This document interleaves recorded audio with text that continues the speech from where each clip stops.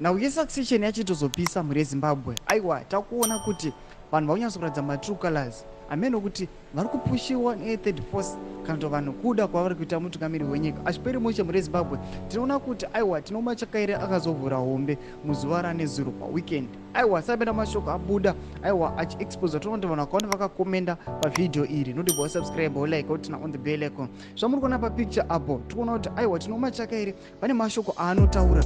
Mashoko aya anyatso kureva zvakawanda. Anoyataura mashoko ekuti ukaona deputy headmaster akuti ari kuda kuita headmaster pachikoro panapa woziva kuti patova neproblem. Mashoko aya ari kutaura vanhu vari kuma relata this current situation yatiri nesuccession battle. Tichiona kuti aiwa pautungamiri hwenyika pana deputy napresident wenyika.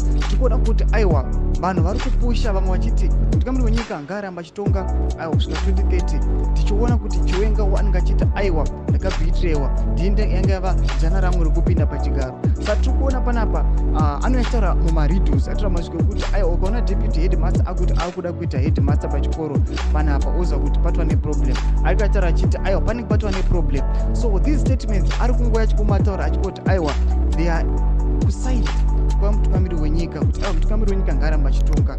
Iwe kana uri deputy kutsikana nepauri ramba uri papo. Tudze mafungiro enyu muri kudii pamusoro pechitiko ichi. Pinai comment section medu musakanga no subscribe like turn on the bell.